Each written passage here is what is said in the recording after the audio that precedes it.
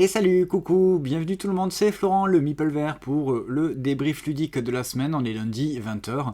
C'est l'émission dans laquelle on parle des jeux de société auxquels j'ai joué courant de la semaine passée. Et je me sers de MyLudo pour aller voir un petit peu l'affiche de chaque jeu. Et on va en profiter également pour mettre la petite note qui va avec sur MyLudo. Bienvenue, installez-vous, on est parti on va essayer de caler ça en une petite heure. Comme d'habitude, ça dépasse toujours.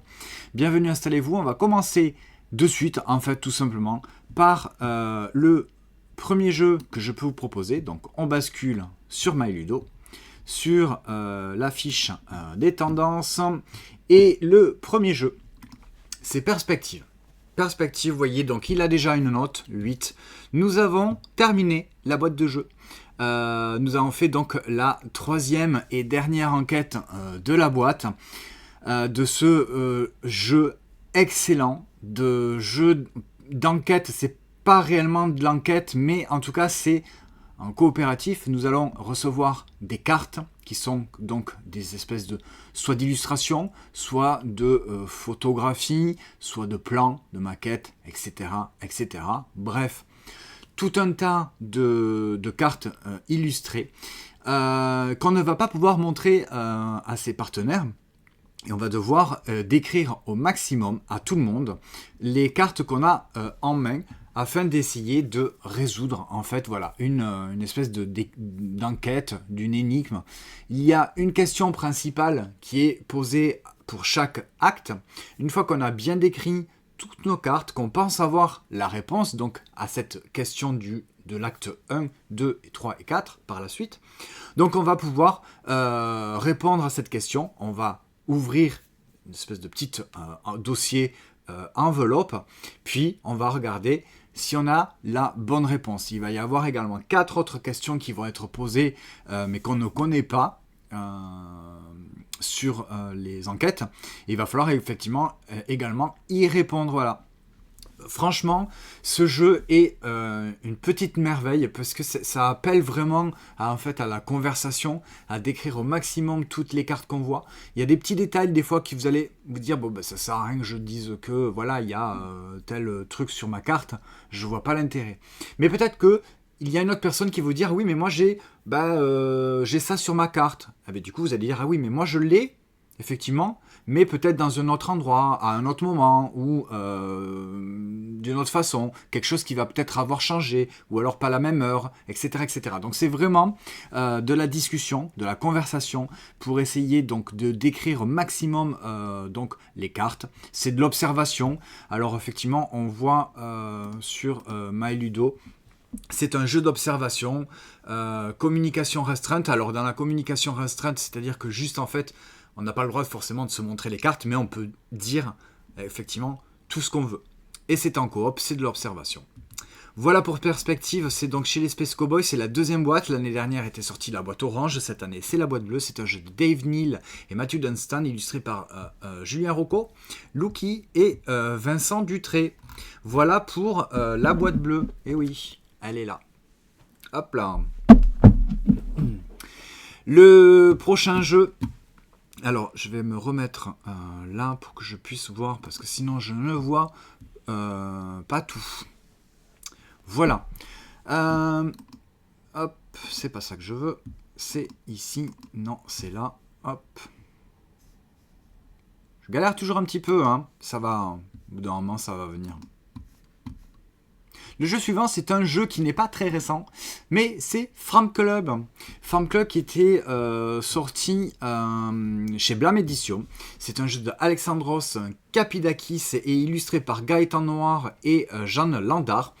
C'est un jeu assez familial, vous voyez, qui se joue à partir de 8 ans pour des parties d'environ 30 minutes de 2 à 5 joueurs, dans lequel en fait on est des animaux de la ferme qui avons pris le contrôle sur la ferme. On a viré le fermier et on va essayer donc de se placer au mieux. Alors est-ce que j'ai des photos qui peuvent être plutôt pas mal, oh, ça on s'en fiche un peu. Bon, tout simplement on va dire le dos de boîte. À mon tour de jeu un petit peu à la façon d'un Cascadia, c'est-à-dire que je vais choisir une carte qui est ici. Ce sont des cartes objectives qu'on va essayer de réaliser et un meeple qui est associé avec cette carte-là. La carte, je vais la mettre devant moi. Le meeple, je vais le placer sur mon plateau perso. Afin de réaliser justement donc ces objectifs qui sont sur ces cartes-là. Tout simplement, si on regarde ce premier objectif, là on voit qu'on a une espèce de chèvre, un canard et un cochon. Et bien tout simplement, sur notre ferme, il va falloir qu'on aligne les 3 animaux correctement. Donc une chèvre, un canard et un cochon. Si on arrive à le faire dans cet ordre-là, on a un petit bonus de jetons comme ça, oiseau, qui va nous permettre de défausser, etc., ou de réorganiser par la suite. Et ce qui va nous permettre également donc de marquer les points. Donc là, on voyait qu'il va falloir avoir une majorité de chèvres par rapport aux moutons. Et en dessous, là, c'est une majorité de cochons par rapport au... je sais pas lequel c'est, celui-là, bref, voilà. Donc il y a plusieurs animaux, et à chaque fois, on prend une association carte objectif et meeple pour le positionner sur notre plateau perso afin de réaliser donc ces objectifs. Vous voyez, donc c'est du très familial à partir de 8 ans, donc ça se joue très facilement. C'est assez malin, c'est sympa, c'est très très sympa à jouer. La manipulation de tous ces petits meeples hein, qui sont... hop là, voilà ma tête. Qui sont dans ce petit sachet là, voilà, hop, tout simplement. À chaque fois, on va choisir un meeple dans le sachet pour faire les associations, hop, avec les cartes. Donc, par exemple, eh bien, le voilà, le petit cochon. Napoléon. Il s'appelle Napoléon, Oui. Tu décides. Mais non, vraiment. Je suis évidemment accompagné, vous l'aurez deviné, de Anthony des Jeux des Livres. Coucou. Donc il y a également des cartes un petit peu particulières, comme ça c'est pour en fait élire notre chef, qui va nous permettre de prendre un meeple au choix, celui qu'on souhaite, et le mettre au centre du plateau. Et si on arrive à avoir en plus tous ces animaux dans notre ferme, on a des points supplémentaires. Vous voyez donc les objectifs par exemple, c'est voilà, tout simplement avoir un cheval et un mouton côte à côte, par exemple, et là avoir un alignement de ces 3 animaux. Voilà, Farm Club, très sympa, très mignon, ça se joue très bien, c'est un petit peu casse-tête et ça marche plutôt pas mal. Si vous voulez en savoir un petit peu plus des jeux des livres, il a fait sa review sur sa page Instagram. Anto, tu penses que tu peux marquer son... Si je fais ça, on va essayer un truc. Bon, de toute façon, je pense que si vous regardez cette vidéo, vous êtes abonné à son compte Instagram. Il y a plutôt intérêt. Hop, je tente un truc, je sais pas si ça va marcher, je pense que ça va plus mettre... hop. Non, ça marche pas. Bref, c'est pas grave, vous allez regarder sur Instagram, vous tapez des jeux des livres avec un point entre chaque mot, et vous allez trouver son compte. Voilà.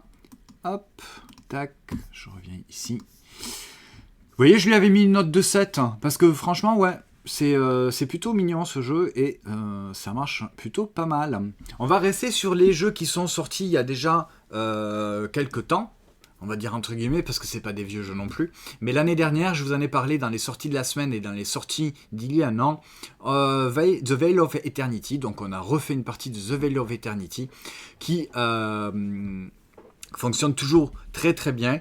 Regarde, je vais passer en vue du dessus comme ça. Donc il a une note de 6,5, je l'avais mis à 7 et on en a reparlé ce week-end et du coup je lui ai baissé d'un demi-point, 6,5. 6,5, ça reste tout à fait une note tout à fait correcte. Hop, si je me mets comme ça.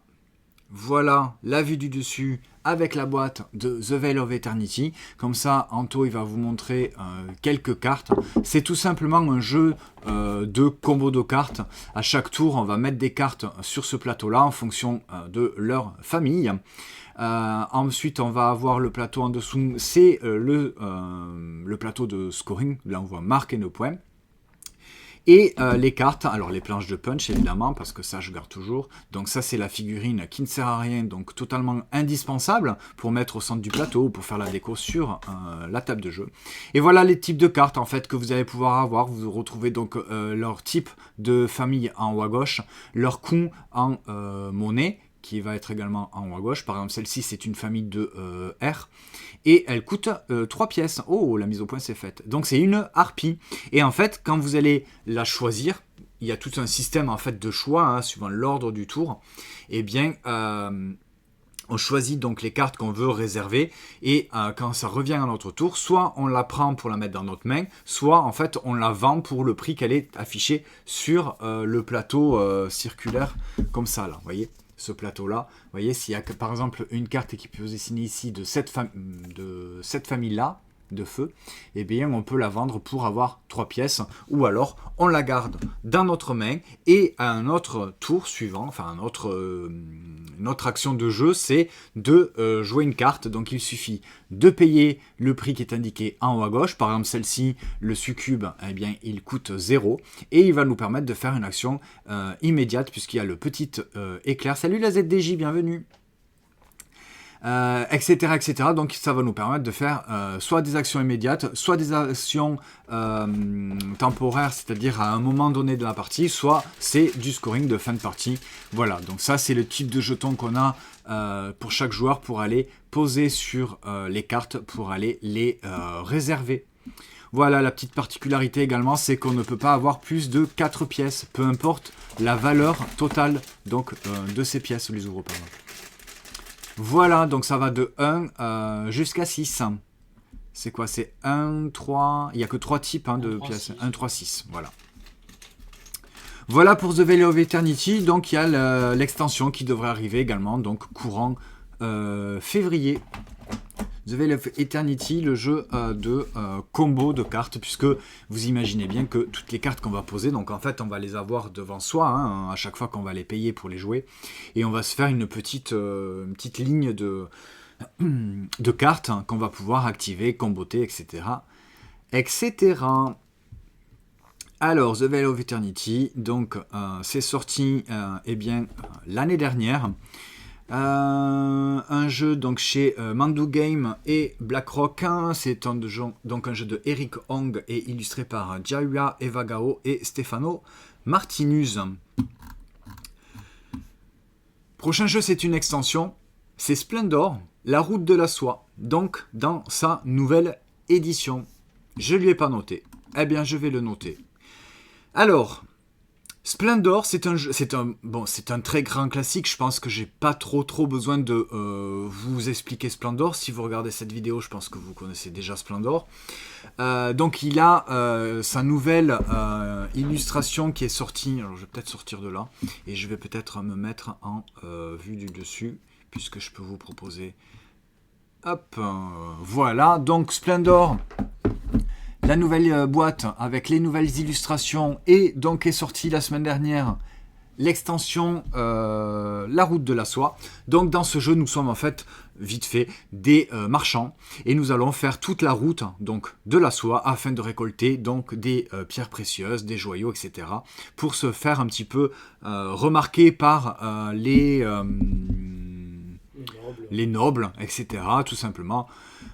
Ça c'est pour le thème. Après ça reste un jeu qui est très mécanique, c'est-à-dire que à mon tour de jeu, soit je récupère des jetons, soit je vais dépenser ces jetons pour aller acheter une carte. Dans Splendor, la route de la soie, l'extension, il y a ces espèces de tuiles là. Ce sont donc justement ces nobles là qui vont nous donner des conditions de victoire, en tout cas des conditions de fin de partie. Puisque là, par exemple, sur celle-ci, on voit que dès qu'on a 13 points et qu'on a 6 cartes identiques, c'est une fin de partie. Donc à ce moment-là, on va compter les points. Là, par exemple, la prochaine, celle-ci, on voit que dès qu'on a 14 points, par contre, il faut avoir 2 cartes blanches, 2 cartes bleues, 2 cartes vertes, etc., etc., pour faire un déclenchement de partie. Là, pareil, voilà. Donc, il y a plein de tuiles qu'on va pouvoir choisir. En fait, sur une partie, on en met simplement 3, qui vont donc déclencher des fins de partie. Et on va avoir également, ce qui n'est pas du tout le cas dans le Splendor classique, c'est ces tuiles-là qui vont nous permettre d'avoir des pouvoirs, des petites actions supplémentaires. Par exemple, sur cette tuile-là, à partir du moment où on a 3 cartes rouges, une carte blanche, eh bien on a accès donc à ce pouvoir. Et si je me souviens bien, eh bien je ne m'en souviens pas. Si, quand on va acheter une carte, oui. en dépensant donc des jetons, on va pouvoir en reprendre un. Oui. Voilà, c'est ça. Ok. Donc en fait, il y en a plein de petits pouvoirs comme ça différents. Il y en a toujours au moins un par joueur. Hein. Donc il n'y a pas cette course supplémentaire à cette huile-là. C'est-à-dire que là, par exemple, 3 bleus, 1 noir, eh bien, si j'ai un jeton doré qui nous permet donc de réserver, eh bien, au lieu que ce soit un joker, eh bien, c'est comme si on avait en fait 2 jokers. Voilà. Donc voilà, ce sont des conditions à avoir pour avoir cette huile bonus, pour avoir des actions supplémentaires. Alors moi, Splendor, c'est... Voilà, même si c'est un grand classique, je ne suis pas spécialement fan de ce jeu. Parce que j'aime pas trop cette espèce de tension, cette espèce de course qu'il y a autour de cette mécanique de vite, il faut que je prenne ça parce que je veux cette carte là, mais est-ce que mon adversaire il va pas me la prendre avant? Du coup, les jetons que j'ai repris, eh bien ça servira plus, ou à moins pas pour de suite. Enfin, voilà. Je pense que il y a des joueurs de Splendor qui doivent connaître bien le jeu et si tu joues avec eux, tu te fais rouler dessus. Donc nous à deux, voilà, ça s'est bien passé parce qu'on ne connaît pas très bien le jeu, on s'est joué, c'est très simple les mécaniques. Hein. De toute façon, vous le voyez, c'est du 10+, c'est assez accessible. Mais voilà, j'aime pas cette tension, il y a véritablement une tension de course. C'est le premier arrivé, en fait, premier servi. En général, ça me gêne pas. Dans tout ce qui est placement d'ouvriers, par exemple, c'est souvent le cas. Mais là, c'est-à-dire que si tu fais une erreur, eh bien... c'est compliqué pour le rattraper, à moins que ton adversaire fasse également une erreur. Bon, bref. Mais ça reste un très bon jeu, c'est un grand classique, Splendor. Et donc, Splendor, la route de la soie, ça permet de rajouter des conditions de fin de partie et également des tuiles de pouvoir pour changer en fait un petit peu les parties. Je suis un petit peu embêté, je sais pas trop quoi lui mettre. 5,5, allez, je vais pas plus que 5,5. Je vais pas 5 c'est la moyenne, mais bon, 5,5 parce que ça reste quand même un très bon jeu. Voilà pour là, c'était donc Splendor, la route de la soie, il est sorti la semaine dernière. Hein. Si vous connaissez quelqu'un qui a déjà Splendor avec cette nouvelle édition, eh bien, vous pouvez lui offrir la petite extension pour un prix assez abordable. Tu as quelques commentaires. Alors j'ai quelques commentaires. Alors, donc Candida Eyes qui nous dit qu'elle était en train de regarder Biome sur YouTube, j'imagine donc de la ZDJ. Oui, parce que la ZDJ ils font des vidéos YouTube, évidemment. Si vous regardez cette vidéo, c'est pareil, vous connaissez forcément la ZDJ sur YouTube et sur Twitch.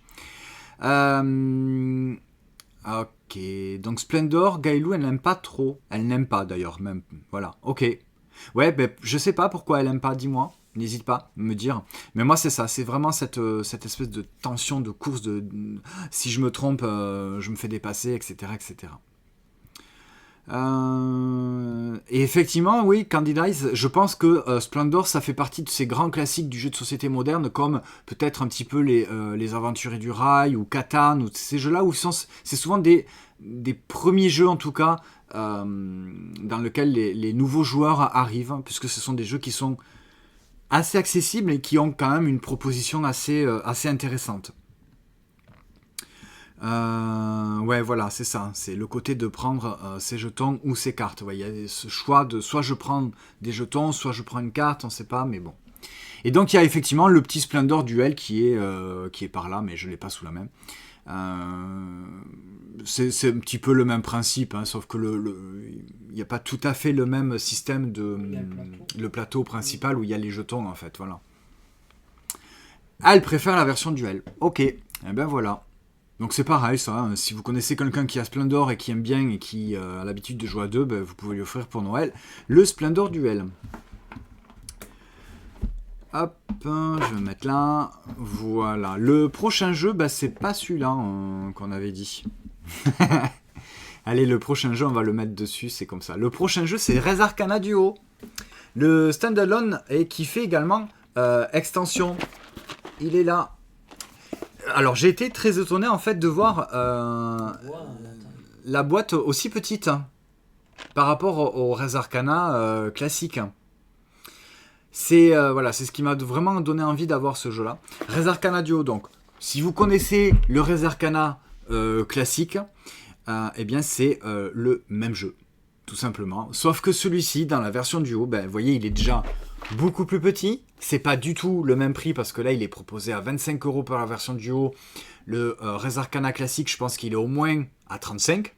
Voilà, donc si vous jouez à 2, le Res Arcana duo est largement suffisant. C'est exactement le même jeu, la même mécanique, les mêmes ressources, sauf que ce sont des cartes différentes, puisque du coup, Res Arcana duo, si vous aimez, vous pouvez le rajouter à votre Res Arcana de base, c'est-à-dire que vous allez avoir des cartes supplémentaires. Res Arcana, tout simplement, c'est un jeu d'affrontement où on incarne chacun un mage et on va jouer des cartes. Ces cartes, ce sont des artefacts, ce sont des animaux également, comment on appelle ça, les familiers, effectivement, voilà. Enfin, tout un tas de cartes, artefacts, familiers, etc., qui vont nous permettre de collecter des ressources pour acheter de nouvelles cartes, qui vont nous permettre de marquer des points, mais également des lieux et des lieux de pouvoir pour marquer encore plus de points, récolter encore plus de ressources. C'est une extension, pas un stand-alone. Franchement, le contenu est abusé. Tu trouves, Chico, que c'est abusé? Écoute, moi, franchement, je trouve pas. Il n'y a pas beaucoup de cartes, mais en fait, tu joues à 2, donc au final, c'est très bien. Je pense que les joueurs de Res Arcana, je pense qu'ils vont s'y jeter dessus, parce que, franchement, quand tu as l'habitude, les joueurs de Res Arcana, je vous promets, je sais qu'il y en a, ils connaissent presque tout le jeu par cœur. Donc avec une petite boîte comme ça, eh bien, ça permet de renouveler le jeu. Tu fais le tour du jeu en 5 minutes. Je ne suis pas tout à fait d'accord. Parce qu'en fait, effectivement, il n'y a pas beaucoup de cartes, mais les cartes, elles ne vont pas toujours être distribuées donc, au même joueur, et tu vas peut-être pas les avoir dans ta main en même temps. Donc, en tout cas, voilà, moi, Res Arcana Duo, ça me va très bien. J'avais pas la version classique. Donc, le petit Res Arcana Duo dans sa petite boîte, un format beaucoup plus petit. Moi, ça me va très bien. Je lui mets un 6 sur My Ludo. Donc, c'est toujours chez Sandcastle Games. C'est un jeu de Tom. Ah, c'est Thomas. Marqué sur la boîte, c'est marqué Tom. Donc, Tom Lehman, on le connaît plus sous ce nom-là, et c'est illustré par Julien Delval. Je pense que c'est toujours le même illustrateur, et donc distribué par Asmodée pour les joueurs français à partir donc de 12 ans, pour des parties d'environ 30 à 20 minutes. Voilà. Moi, je pense que Res Arcana Duo, c'est si vous n'avez pas la boîte de base et que vous jouez à 2, vous pouvez aller sur Res Arcana Duo. Si vous avez le Res Arcana de base, peut-être pas la peine d'aller sur Res Arcana Duo, à part si vous souhaitez avoir une extension, mais une extension à 25 €. Il n'y a pas énormément de cartes pour une extension, mais bon.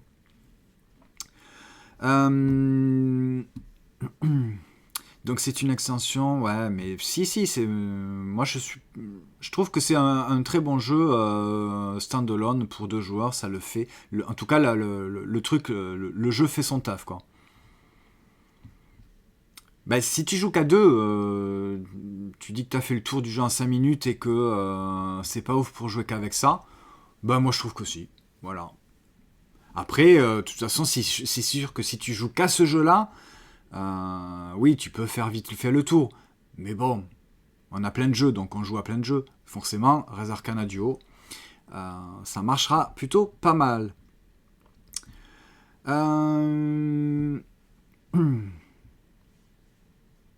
Oui, ça là. Alors Daybreak, on y a joué, ouais. C'est une belle surprise, mais c'est pas pour l'instant. On en parlera un petit peu plus tard. On en parlera un petit peu plus tard parce que le prochain jeu, c'est une nouveauté. C'est Refuge. Alors, Refuge, c'est sorti la semaine dernière, ou il y a 15 jours. C'est un jeu donc, qui est édité chez Bombix. On va passer de suite en vue du dessus pour qu'on puisse vous montrer les superbes illustrations et le matériel. Hop, vue du dessus. Hop là, on est bon. Refuge, qu'est-ce que c'est Refuge? Refuge, c'est un petit jeu assez accessible et familial dans lequel on va faire du backbuilding. Le backbuilding, c'est quoi? Eh bien, chaque joueur va avoir un sac tout simplement à sa couleur et on va essayer de l'améliorer. Dans ce sac, qu'est-ce qu'il y a? Il y a, hop là, dans ce sac qui est là, vous voyez, on va tout simplement, à notre tour de jeu, on va prendre, hop, 2 tuiles à l'intérieur, tous les joueurs en même temps, et on va les révéler. Regardez comme elles sont toutes mignonnes, ces tuiles, ces illustrations. On va les révéler sur ces deux-là, on va en choisir une. Si c'est un orage, eh bien, comme ceci, on va le mettre, hop, sur le plateau principal. Le but, c'est de faire une balade en forêt et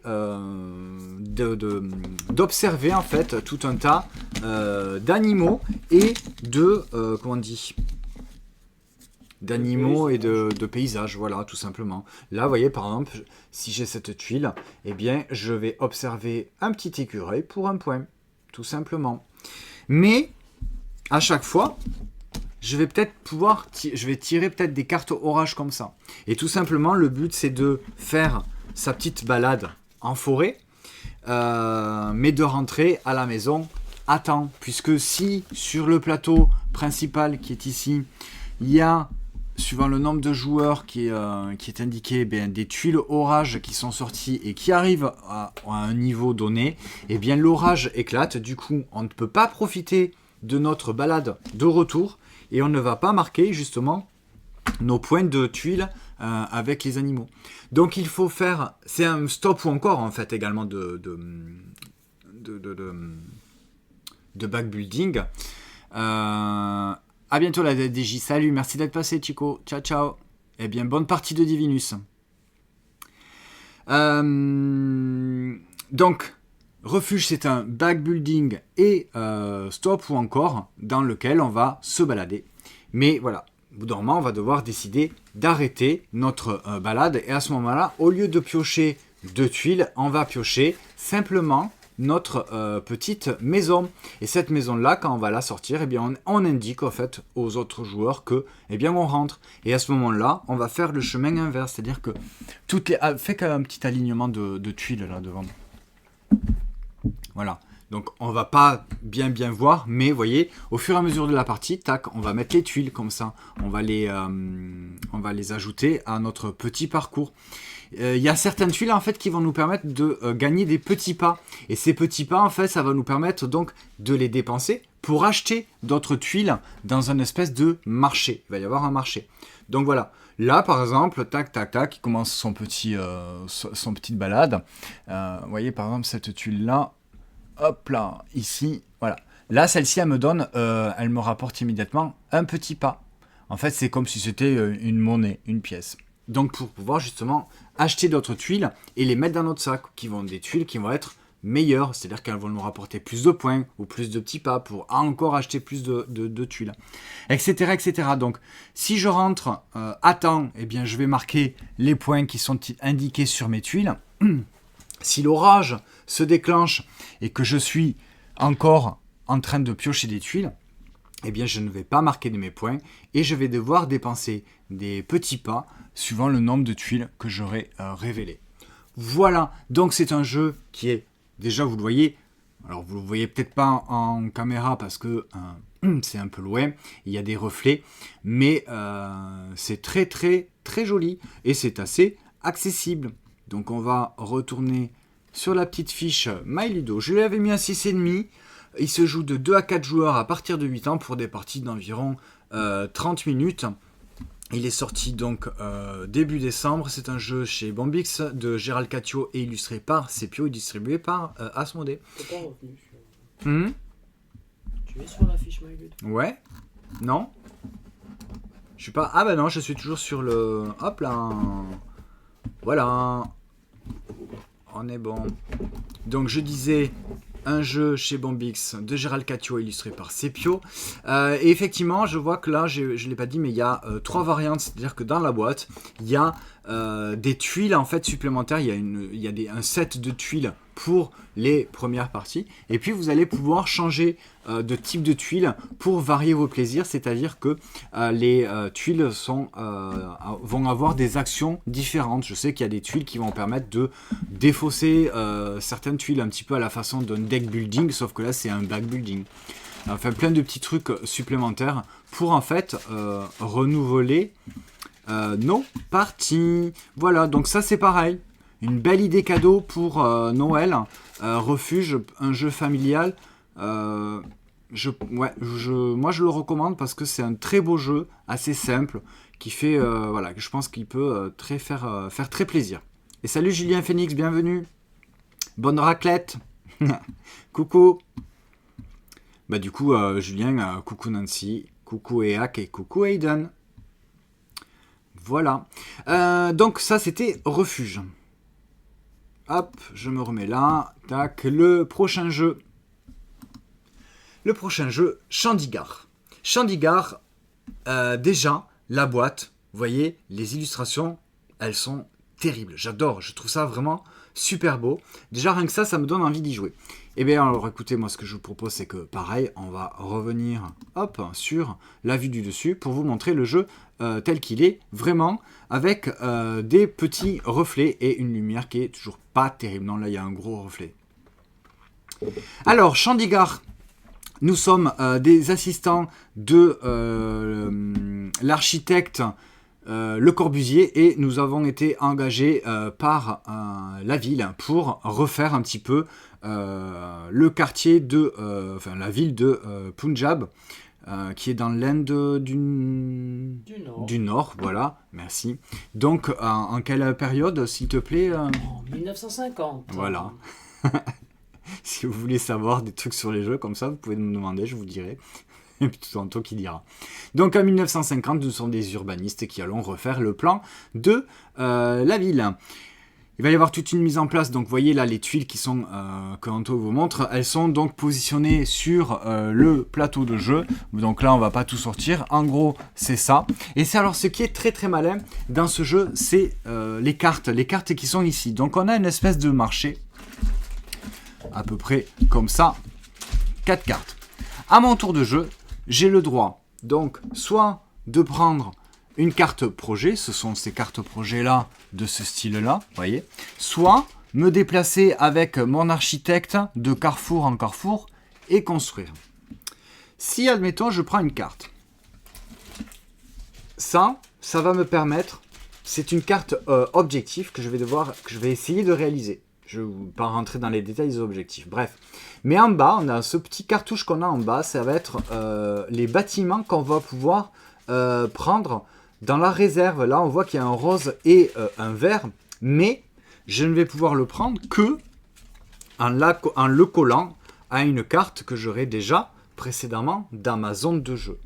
Là, par exemple, si je colle donc cette carte-là, si je la colle à une carte précédente que j'avais ici, on voit en bas dans le cartouche que je vais récupérer un bâtiment bleu et un bâtiment vert. Vous voyez ? Et donc dans mon espace de jeu, je vais avoir quelque chose qui pourrait ressembler à ça. À un autre tour, je pourrais décider de reprendre une carte projet pour la mettre par exemple ici. Hop là, à ce moment-là, je prendrai un bâtiment bleu et un bâtiment rose. Voilà, ce sont les bâtiments comme ça. Alors, ils ont des noms. Hein. Il y a les temples, les jardins, les commerces et les bâtiments d'affaires. Voilà.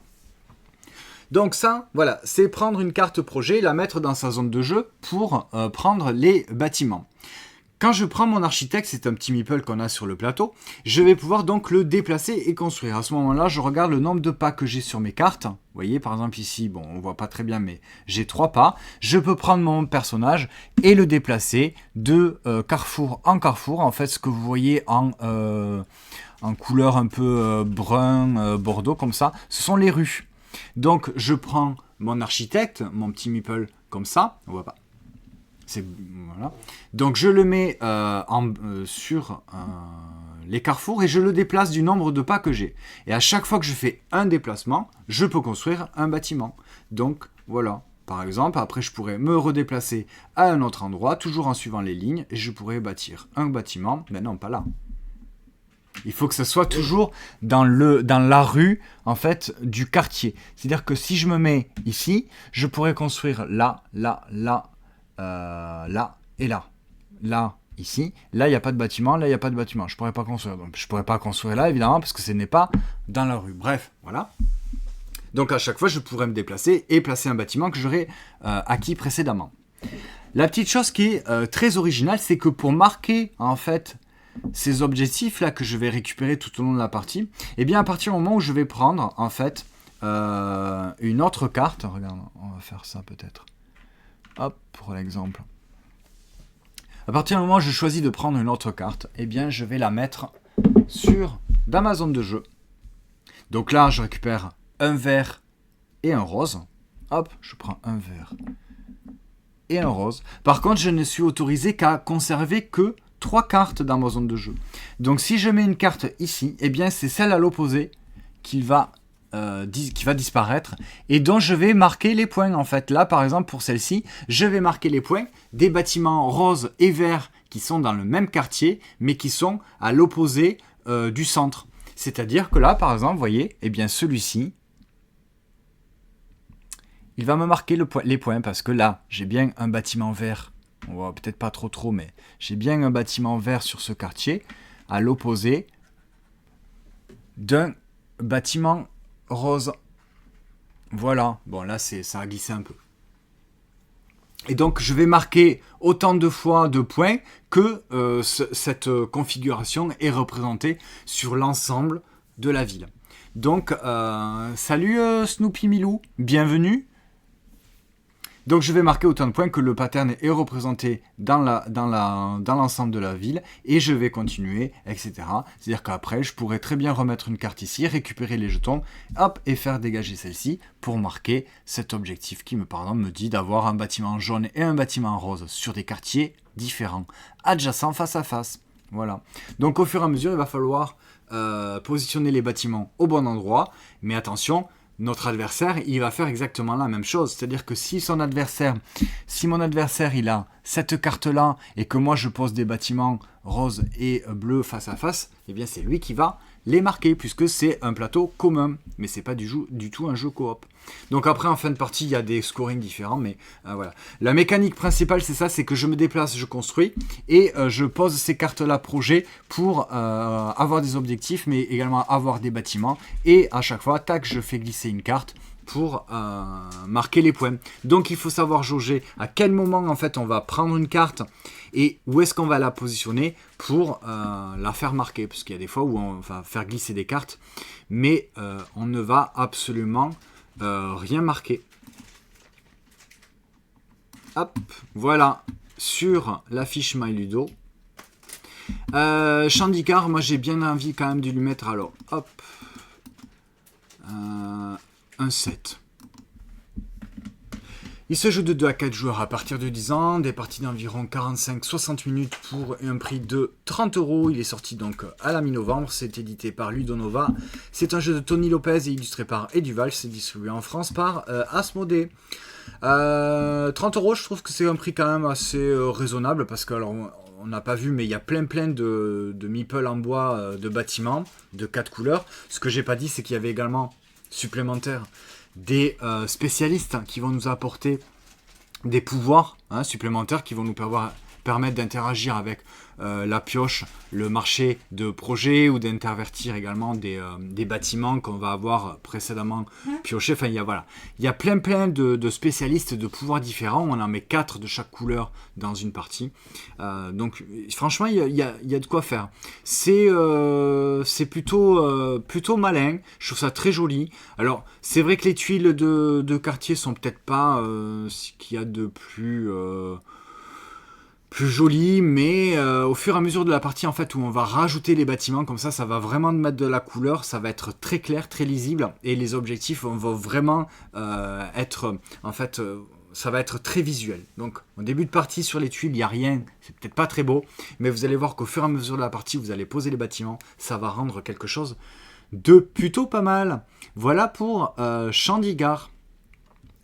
Alors, donc, coucou Snoopy qui nous dit Sophie. Ben oui, Snoopy c'est Sophie.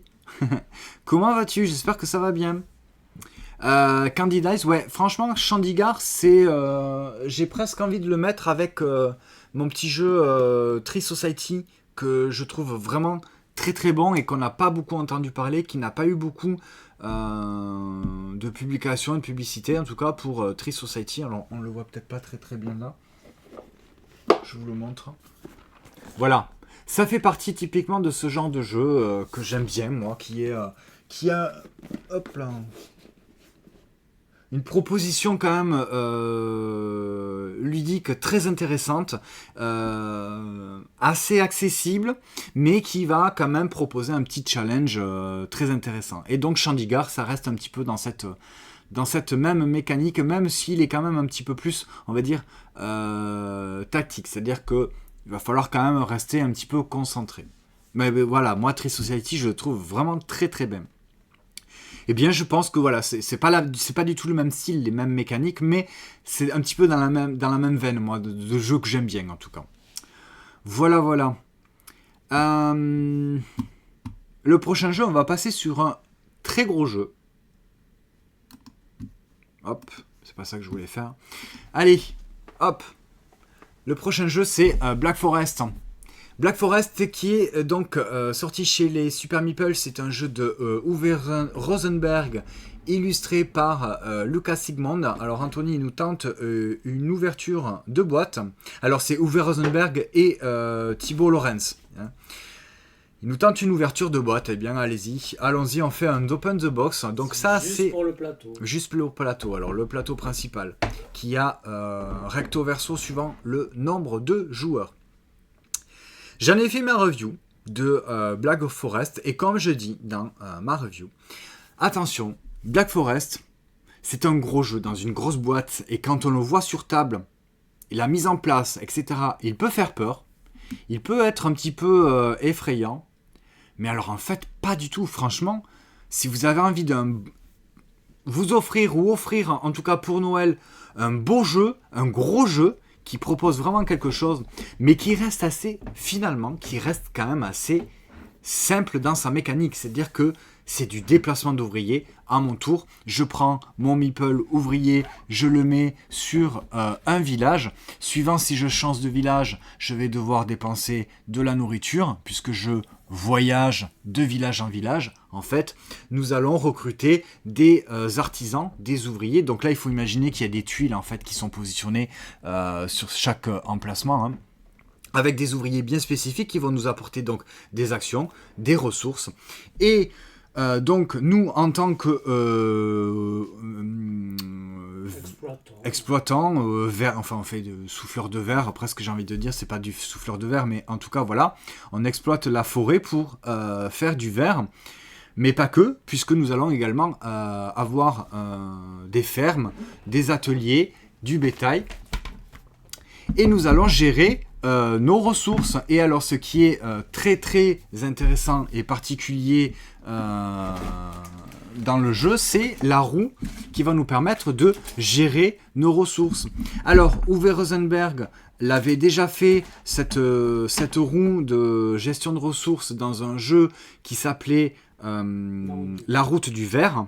Ok, c'est le même jeu qui a été retravaillé, puisque du coup il est accompagné d'un autre auteur, Thibault Lorenz, et donc il reprend la mécanique. Dans quel sens hein Dans quel sens qui reprend donc la mécanique de cette roue de ressources, sur laquelle on va positionner donc tous nos jetons ressources. En fait, voilà, hein, il y a plein de ressources différentes, hein, de couleurs comme on voit ici. On va les positionner à certains endroits et quand on va les dépenser, suivant à l'endroit où il est situé, on va voir qu'il va nous dire, par exemple, hop, si je me mets là, vous voyez la viande, hop là, hop, j'y arrive pas. Voilà, vous voyez le petit, là où il y a 0 en violet avec la viande, et bien donc du coup ça veut dire que j'ai 0 viande. Juste après 0, c'est le noir, c'est en charbon. Si j'arrive à... Tu peux le tenir ? Voilà, comme ça. Ici, là, si j'arrive à avoir du charbon, je vais augmenter mon jeton charbon.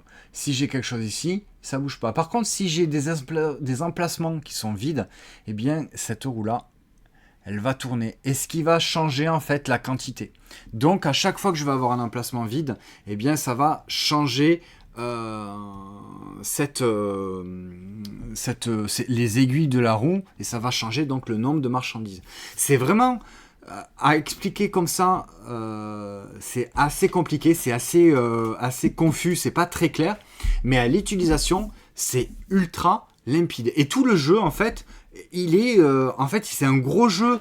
Je dirais pas expert quand même parce que ça reste assez accessible. Il y a pas, c'est du déplacement d'ouvriers. Je me déplace pour aller faire des actions chez les artisans. Ça va me permettre donc de récolter des ressources ou de dépenser des ressources tout simplement pour avoir des bâtiments en plus, des bâtiments qui vont me proposer également des points de victoire, mais également des actions supplémentaires. Vous voyez, donc ça c'est le plateau là où on va placer des tuiles dessus de bâtiments.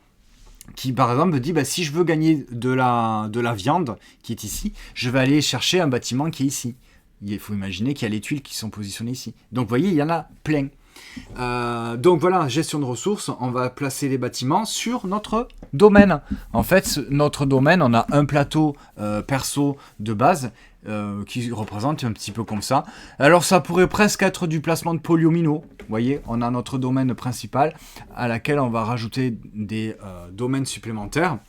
Et notre atelier qui est ici, il va se déplacer, qui va laisser des emplacements supplémentaires pour poser des champs, des étangs, mais on va pouvoir également positionner dessus des enclos pour le bétail. Puisque nous, en tant que verrier, en fait, on va déménager pour avoir du bois. Puisqu'à chaque fois qu'on va prendre une tuile comme ça, on va mettre des tuiles forêts. Ces tuiles forêts, on va pouvoir les défausser pour avoir du bois. Donc c'est très thématique. Et franchement, il est très simple. Il n'est pas très compliqué. Et salut Eya, bienvenue. Merci de parler pour la première fois. Donc voilà. Alors, je te laisse ranger. On va se mettre sur l'affiche Maeludo Black Forest. Donc, il est quand même pas donné. 70 €. Bon, il y a beaucoup de matériel dedans. On vous a montré même pas un quart du matériel. Donc, vous voyez, ça, ce sont les tuiles de bâtiments, etc. Alors. Ah oui, oh là là, mais dis-le parce que je vois pas. J'ai pas changé. Évidemment, j'ai un peu de mal. Voilà. Donc ça, c'est la fiche MyLudo. Donc là, par exemple, on voit 3 bâtiments. Donc les champs pour avoir du blé, les étangs pour avoir principalement de l'eau, et puis les enclos pour avoir du bétail. Allez-y. Franchement, je pense que c'est quand même un jeu assez accessible, mais qui a une véritable proposition, en tout cas de réflexion par rapport à sa roue de gestion de ressources et de production qui vraiment... salut Mikakaouette, excuse-moi, je n'avais pas vu également. Salut, bienvenue. Qui propose vraiment, en tout cas, une mécanique simple, originale, mais accessible.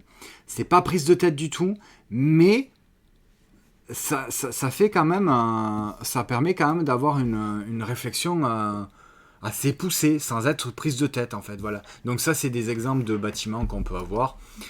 Ça c'est l'ensemble du jeu. Donc là voilà, c'est uniquement à 2 joueurs. On a le plateau principal, les 3 plateaux de bâtiments, puisqu'il y a des petits bâtiments, des bâtiments moyens et des grands bâtiments. Forcément les points ils sont plus importants sur les grands bâtiments que sur les petits. On a les tuiles comme ça, les cochons, les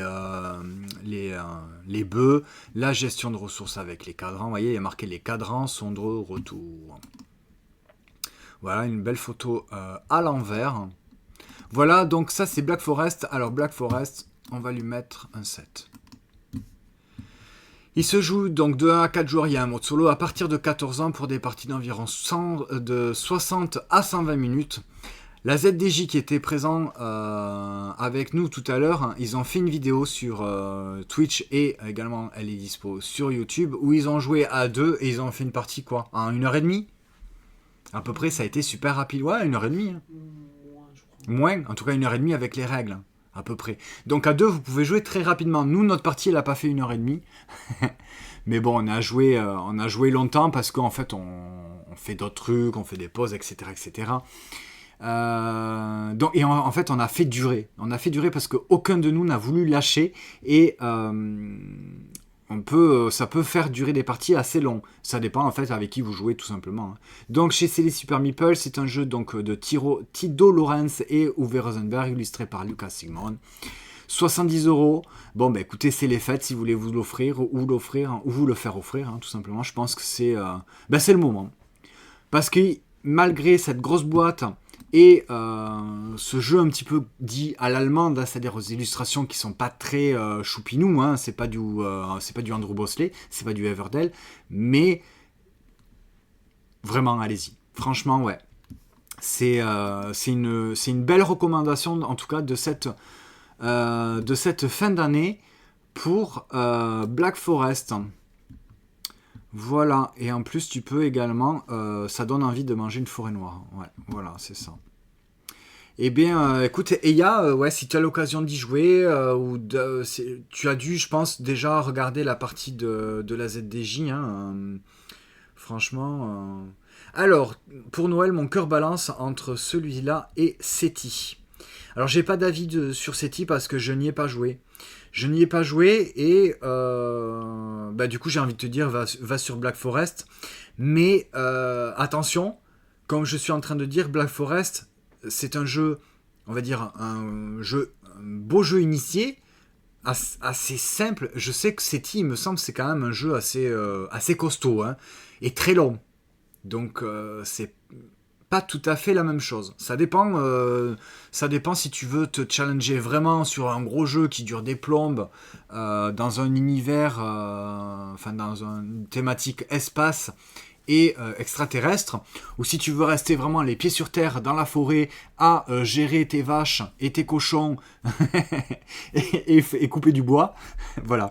Mais alors, j'ai envie de dire Black Forest, mais je n'ai pas joué à SETI, donc je peux pas vraiment comparer. Voilà pour Black Forest, et je peux vous proposer d'en rester un petit peu dans une même thématique, on va dire, on va pas dans l'espace, on garde réellement les pieds sur terre. Là, on n'est plus à l'époque du Moyen-Âge, en forêt de Bavière. Nous allons être sur l'ensemble de la planète, et en ce moment même, le prochain jeu, c'est Daybreak. Daybreak a eu quand même cette année le Spiel des Jahres dans la catégorie expert. Alors je sais pas si ça c'est le Kennerspiel des Jahres, voilà. Donc c'est un des prix les plus, on va dire, prestigieux. Je pense que c'est peut-être pas celui qui récompense le meilleur jeu de l'année mondiale. J'ai envie de dire ça presque. Hein. Donc c'est pas rien. Daybreak, c'est un jeu qui se joue de 1 à 4 joueurs à partir de 10 ans, pour des parties d'environ 60 à 90 minutes. Là, pour le coup, on est sur des parties qui peuvent être un petit peu plus courtes. Tout dépend si vous gagnez ou si vous perdez. C'est ça aussi. Un petit peu moins cher, il est à 55€. C'est un jeu donc chez CMYK. C'est un jeu de Matt Leacock et Matteo Menapas. Il n'y a pas les illustrations. Je veux bien que tu me regardes vite fait les illustrations quand même, parce que c'est quand même un très beau jeu. Là, c'est pareil. Si vous voulez faire un cadeau, on est sur un très très beau jeu. Un jeu coop, donc c'est pour ça qu'il y a un mode solo. Et nous l'avons donc découvert hier soir. C'était une belle surprise, puisque je ne m'attendais pas à m'amuser, en fait. C'est pas vraiment le mot, à m'amuser, mais en fait, tout quand j'ai pris du plaisir à jouer à Daybreak. Nous incarnons, chaque joueur va incarner un pays, donc de la planète. Quand on joue à deux, il y a un joueur qui joue les États-Unis, le deuxième joueur joue la Chine, et nous allons tout mettre en œuvre pour essayer de éviter le réchauffement climatique. Alors, la règle du jeu, les illustrations. Ah oui, parce que il y a beaucoup d'illustrateurs. Alors je vais juste vous citer l'illustration de la boîte, c'est Mads Berg. Après il y a tout un tas d'illustrations pour l'ensemble du jeu et des cartes, puisque ça se joue principalement avec des cartes.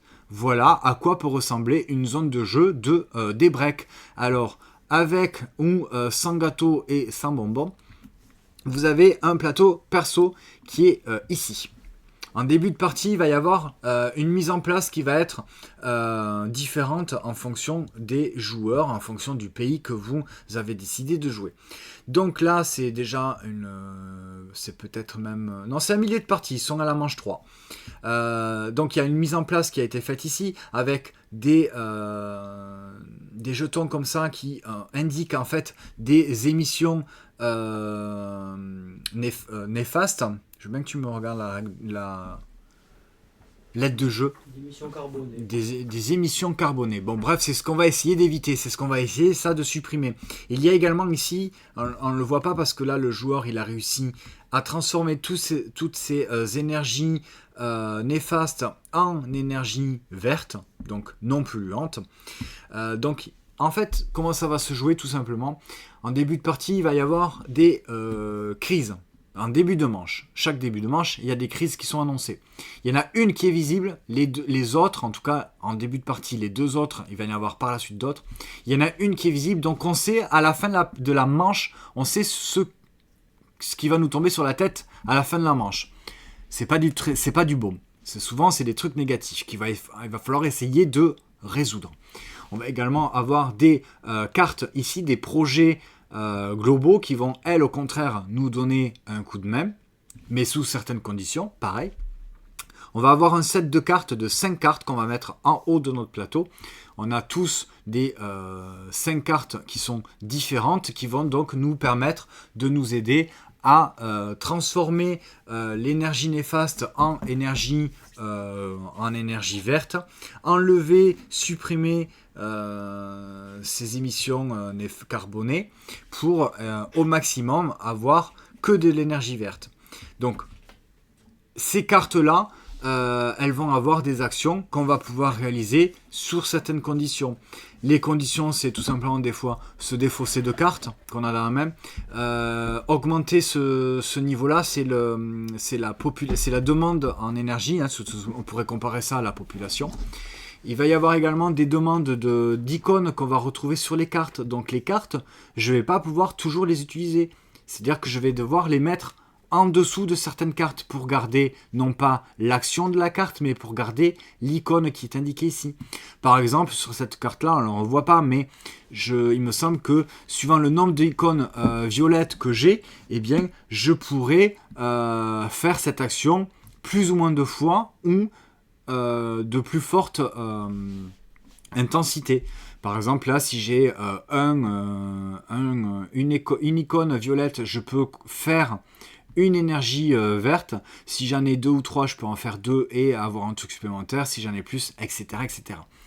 Donc le but, c'est en coop, essayer de faire le moins d'émissions de gaz à effet de serre et etc.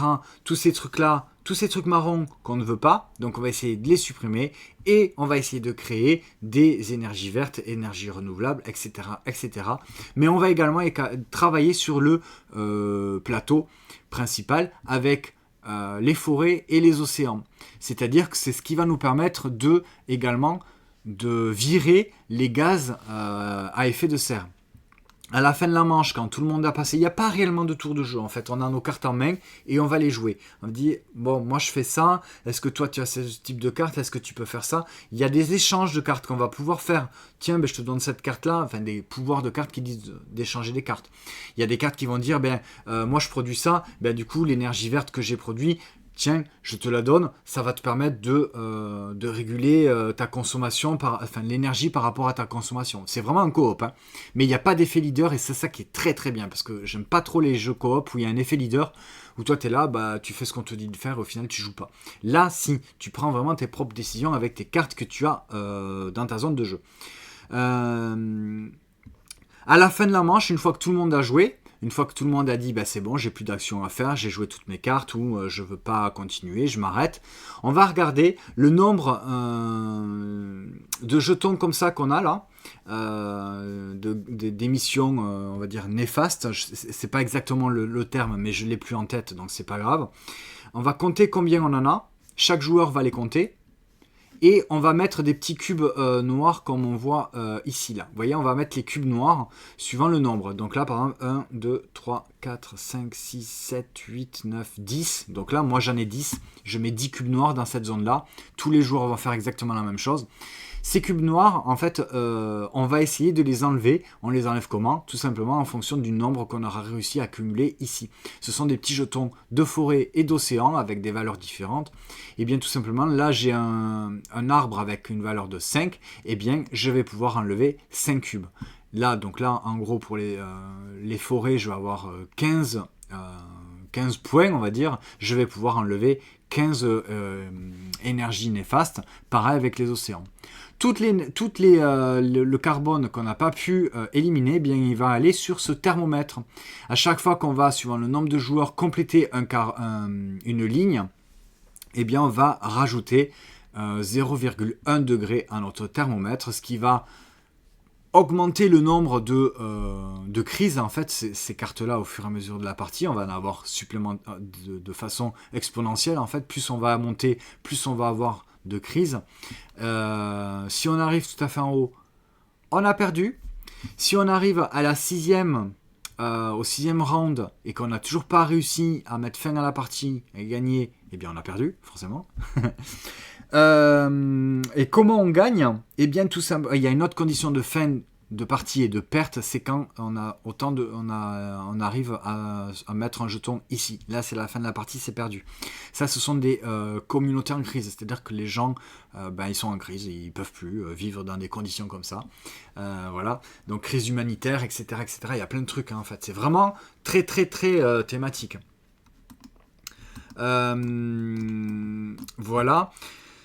Comment on gagne? Eh bien tout simplement à la fin d'une manche, quand on va poser nos jetons, quand on va compter combien on a de gaz à effet de serre, comme ça on va les mettre ici. Si on arrive, grâce à nos forêts et à nos océans, à tout éliminer, qu'on ne met pas de jetons ici, et que même si on en a supplémentaire, ce qui est ici, on va pouvoir les enlever, à ce moment-là, on a réussi notre partie et on a gagné. Voilà, en gros. Point de bascule. Le point de bascule, c'est ça, c'est la dénomination, c'est le point de bascule. C'est-à-dire qu'on arrive plus à réquisitionner, c'est ça, non? Ou comment ils disent? Capturer. À capturer tout le carbone. Eh bien, on a réussi et donc la partie est gagnée. C'est pas compliqué, en fait, tout simplement. On a gagné notre première partie quand même, hein. Alors on n'a pas triché, je pense qu'on n'a pas fait d'erreur. C'est vraiment bien, hein, en fait, ce jeu aussi, hein. J'ai vraiment trouvé ça très très bien. Si vous aimez les jeux en coop, vous pouvez y aller. C'est pas très compliqué, c'est juste jouer des cartes, activer les pouvoirs en fonction du nombre d'icônes, en fonction de ce qui est sur notre plateau, sur le plateau principal, peut-être également en fonction des autres joueurs, mais tous ensemble, il va falloir essayer de faire le moins possible d'émissions de carbone et essayer de faire des projets ou en tout cas d'améliorer notre planète en faisant pousser des forêts, en évitant donc les crises, en augmentant la qualité des eaux de nos océans, etc., etc. Donc c'est vraiment pas compliqué, mais il y a un véritable challenge quand même. Il y a pas trop, moi j'ai pas trop senti de tension de course en fait, hein. Voilà, on aurait pu perdre, je pense, hein, parce que ça s'est joué à une manche, on a gagné à la 5e, je crois, donc ça s'est joué à peu, mais on a senti quand même que on arrivait quand même à gérer le truc. Alors on a eu peut-être de la chance sur notre première partie avec les cartes qu'on a réussi à avoir. On n'a pas eu de crise compliquée qu'on n'a pas pu résoudre. En tout cas, on a réussi à gérer le truc correctement. Chance, pas chance, je ne sais pas. En tout cas, alors 8 peut-être pas. J'ai mis combien à Black Forest ? J'ai mis un 7, on va rester sur un 7, on va mettre pareil. Des breaks. Voilà, pour des breaks, donc on a dit, donc hop, c'est pareil, hein, si vous voulez offrir des breaks à Noël, aux alentours de 55€, c'est un beau gros jeu coop qui a une belle proposition, une thématique pour le coup très thématique. C'est-à-dire, voilà, on va essayer de sauver la planète pour avoir le moins d'émissions de carbone. Très bien écrit. Les règles du jeu, alors j'ai pas lu, c'est pas moi qui ai lu les règles du jeu. C'est des jeux des livres. Et c'est vrai que la règle du jeu est très très claire. À le voir comme ça, il y a pas mal d'illustrations. En fait, c'est presque un livre, on a presque envie de le feuilleter. Est-ce qu'on voit correctement là si je me mets comme ça, vous voyez, c'est très très joli. Les illustrations, les règles du jeu sont quand même bien illustrées, c'est très clair. Moi j'ai trouvé voilà, la mise en place, voilà, c'est pas compliqué. Tu as envie de rajouter quelque chose? Alors il y a des variantes, je vois. Variantes avec des défis supplémentaires, hein, d'autres mises en place. Hein, voilà.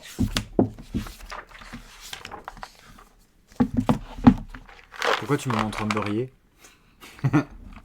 En fait, évidemment, comme c'est un jeu sur l'écologie et la transition écologique et sauver l'humanité, save the world, on a des compartiments. C'est pas du plastique, en fait, ces espèces de... Vous savez, c'est Repoprod qui fait beaucoup de ce genre de matière un peu cartonnée, où on a en fait toutes les ressources, tous les tokens, etc. etc. Voilà. Donc, alors Julien, au Nouvel An aussi, pourquoi pas.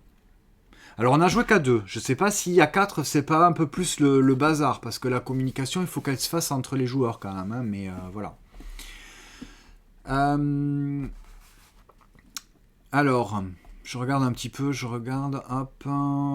Alors Daybreak est vraiment très très bon. Pour l'instant, on a fait 3 parties à 4, a priori, plus challengeant à 2. On teste ça dans cette configuration bientôt. Ok, alors nous on a joué qu'à 2, effectivement, on a tous les deux bien aimé à 2. Ça marche très bien. À 4, ce qui me fait peut-être un petit peu peur, c'est la communication entre les joueurs. C'est un coop, donc il faut vraiment que chacun puisse quand même avoir un visuel et connaissance un petit peu du jeu de ses partenaires pour essayer d'optimiser au maximum. Donc à 2, c'est plus facile peut-être que à 4. Mais bon, je vous en reparlerai puisque je pense que du coup, on va y jouer à 4. On dirait que tu parles de tennis. Daybreak. Balle de break. Non, mais voilà. Daybreak, donc c'était le dernier jeu de cette sélection du débrief ludique de ce soir. Je rappelle quand même que Daybreak, il a eu le Kinderspiel des Jahres, c'est-à-dire le prix au Spiel qui récompense le meilleur jeu, on va dire, dans cette espèce de catégorie initié expert, hein, pour le Spiel. Donc peut-être un des prix, si ce n'est le prix le plus prestigieux du jeu de société. Donc ce n'est pas rien. Voilà pour Daybreak. On a parlé de Daybreak, on a parlé de Black Forest, on a parlé de Chandigarh, nous avons parlé du petit refuge, trop mignon. On a parlé du petit aussi, Res Arcana Duo. On a parlé de l'extension de Splendor dans sa nouvelle version. On a parlé de The Veil of Eternity de l'année dernière. On a parlé de From Club aussi, qui date de 2022, mais qui est toujours très agréable. Et le dernier, Perspective, la boîte bleue, ce superbe jeu d'enquête. Hop. Merci beaucoup d'avoir regardé cette vidéo sur Twitch. N'hésitez pas à venir sur Twitch pour qu'on discute ensemble donc des jeux auxquels j'ai joué et auxquels vous avez joué. C'est le débrief ludique tous les lundis à 20h. C'est sur YouTube. N'hésitez pas à mettre un petit cœur, un petit like, un commentaire. C'est la formule classique, mais voilà. C'est important parce que ça nous permet de savoir qu'il y a des gens quand même qui regardent les vidéos, et n'hésitez pas à venir sur Twitch le lundi soir 20h, le samedi matin 11h, c'est les sorties de jeux de société de la semaine. Sinon c'est sur Instagram avec les stories quotidiennes de découverte, les reviews de jeux de société. Je vous souhaite de passer une bonne soirée et puis on se retrouve sur Twitch samedi matin pour les sorties. Merci beaucoup. Ciao, ciao.